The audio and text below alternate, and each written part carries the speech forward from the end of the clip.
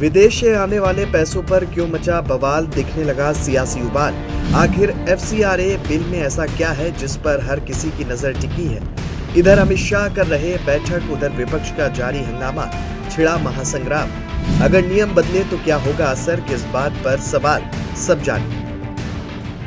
इन दिनों संसद में सिर्फ परसीमन या चुनावी मुद्दों की चर्चा नहीं हो रही, बल्कि एक ऐसा कानून भी अचानक सुर्खियों में आ गया है जिसने राजनीतिक गलियारों में हलचल बढ़ा दी है। क्योंकि इस कानून का नाम है एफसीआरए, यानी विदेशी अंशदान विनियमन अधिनियम। सुनने में नाम भले भारी लगे, लेकिन इसका काम बेहद सीधा है। अगर भारत में कोई संस्था, ट्रस्ट, स्कूल, अस्पताल, चर्च, मंदिर या कोई सामाजिक संगठन विदेश से पैसा लेना चाहता है तो इसे इसी कानून के नियमों का पालन करना पड़ता है। सरकार का कहना है कि विदेश से आने वाले पैसे पर नजर रखना जरूरी है ताकि उसका गलत इस्तेमाल ना हो और देश की सुरक्षा व व्यवस्था प्रभावित ना हो।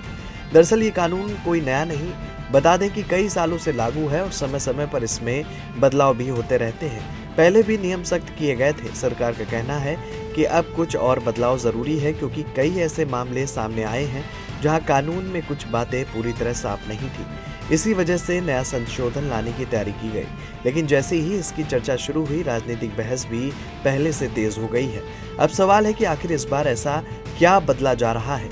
खबरों की माने तो चर्चा है कि सबसे पहले सरकार चाहती है कि विदेश से पैसा लेने वाली संस्था पहले से ज्यादा साफ जानकारी दे।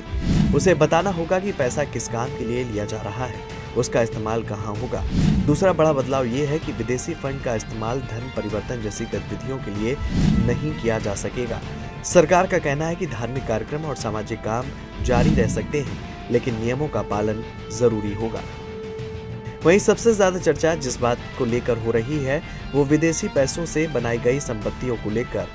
मान लीजिए किसी संस्था ने विदेश से मिले पैसे से स्कूल, अस्पताल या कोई बड़ा सामाजिक केंद्र बनाया और बाद में उसका लाइसेंस खत्म हो गया। ऐसे में उस संपत्ति का क्या होगा। सरकार का कहना है कि ऐसी स्थिति में एक नामित प्राधिकरण उसकी देखरेख करेगा ताकि संपत्ति का गलत इस्तेमाल ना हो। लेकिन कुछ संगठन और विपक्षी दल इस पर सवाल उठा रहे हैं। उनका कहना है कि छोटी तकनीकी गलती होने पर भी संस्थाओं को परेशानी हो सकती है और यही कारण है कि गृह मंत्री अमित शाह लगातार अलग अलग प्रतिनिधि मंडलों से मुलाकात कर रहे हैं। सरकार कोशिश कर रही है कि ज्यादा से ज्यादा लोगों की राय सुनी जाए और विवाद कम हो। चर्च, संगठनों और कई सामाजिक संस्थाओं ने अपनी चिंताएं सरकार के सामने रखी हैं। सरकार का कहना है कि उसका मकसद किसी संस्था को परेशान करना नहीं, बल्कि पारदर्शिता बढ़ाना और व्यवस्था को मजबूत करना है। इसलिए बातचीत का दौर लगातार जारी है।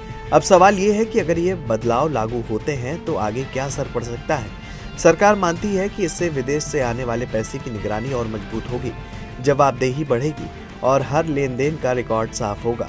वहीं विरोध करने वाले संगठनों का कहना है कि इससे कुछ संस्थाओं के कामकाज पर असर पड़ सकता है। फिलहाल यही वजह है कि एफसीआरए सिर्फ एक कानून नहीं, बल्कि बड़ा राजनीतिक और सामाजिक मुद्दा बन चुका है। इस बहस के बीच सपा सांसद डिंपल यादव ने भी सरकार पर सवाल उठाए हैं और कहा है कि प्रस्तावित बदलावों को लेकर कई आशंकाएं हैं। उनके बयान के बाद राजनीतिक बहस और तेज हो गई है। लेकिन फिलहाल सबसे बड़ी चर्चा इसी बात की है कि आखिर एफसीआरए में होने वाले बदलाव देश में विदेशी फंडिंग के नियमों को कितना बदल देंगे।